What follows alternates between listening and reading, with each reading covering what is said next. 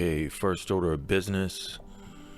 I wanted to discuss some violent occurrences that have been happening, which involved hip-hop figures.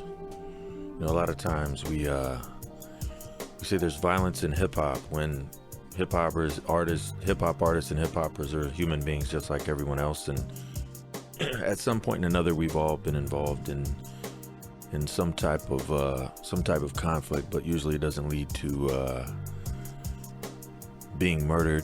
From CNN.com, rapper Pat Stay has died following a stabbing incident in Nova Scotia, Canada, according to regional police. He was 36. That was a little bit over a week ago. And then also PNB Rock from Philly. Pat Stay was from Canada, by the way. And PNB Rock, more recently, is from Philadelphia. And it says, this is ABC News, tributes pour in for slain rapper. PNB Rock as gun violence plagues the hip-hop community. Family, friends, and hip-hop stars are mourning the tragic death of rapper PNB Rock, who was shot and killed on Monday afternoon during a robbery in South Los Angeles. He was 30.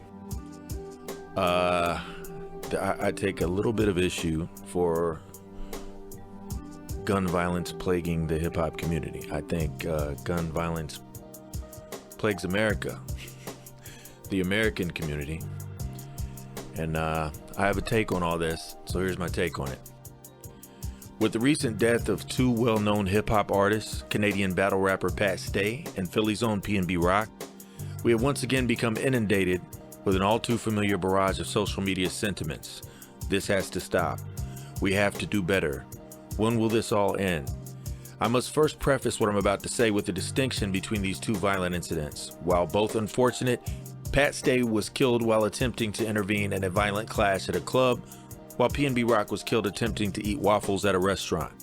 Both are still bad, RIP to both victims, but my focus for this particular analysis will be the death of PNB Rock and other celebrities murdered under similar circumstances.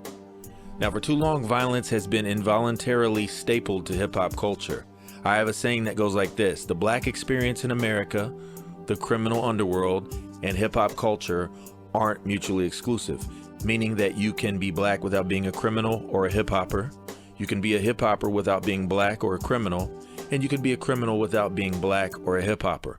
While this may seem obvious to many of us, a lot more of us, both inside and outside of the hip-hop world, have not yet come to terms with these concepts, which I consider to be truthful statements. Rap celebrities that have conquered the odds and emerged from an impoverished background often fight an internal battle as to whether or not they should stay linked to their troubled origins, and if so, how strongly. They say being a rapper is one of the most dangerous occupations. I think that statement is very broad and vague, and it avoids an important piece of the puzzle: the prison industrial complex.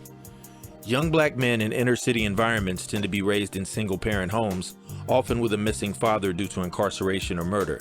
This creates a situation in which there may be a deficiency in the amount of nurturing guidance and attention one may receive from their mother, caused by either an excessive work schedule or drug addiction, which can usually make it difficult to digest a good education. Incomplete education leads to a limited amount of job opportunities, which makes street money seem more attractive and accessible, and in turn leads to incarceration and continues the cycle. Once again, lack of education equals poverty, equals crime, equals incarceration, equals lack of education, and so on and so on. Inner hip-hop culture. 4 artistic elements originally sought out by neighborhood youth as a creative alternative to the negative side of street life. When this culture was corporatized into what would eventually develop into a multi-billion-dollar industry, control of the content of the craft was removed from the hands of its architects and placed under the watch of entities whose primary concern was the financial bottom line. In the blessed land of America, the most profitable forms of entertainment are sex and violence, so therefore that's where the content of the culture began to be steered. All the while, the downtrodden masses were gradually convinced that this new brand of music and culture, one of greed, excess, and debauchery, is quote-unquote what the people need and want to hear. Modern gang culture was founded on top of a fracture in the black community structure. Most gangs originally started as groups formed to protect their local communities. Then the 80s drug epidemic hit, and since then it's been every man for himself, which leads to circumstances that created the situation in which PNB Rock could lose his life for having the audacity to be a successful artist in the wrong place at the wrong time. Now, this is by no means okaying the murder of PNB Rock. I'm just trying to do a little explanation here. There were obviously elements of the community he was visiting in Los Angeles that weren't too happy with his success. Those people come from the same background as PNB, but may not have had the talent, opportunity, intelligence, or drive to achieve the same success that he did.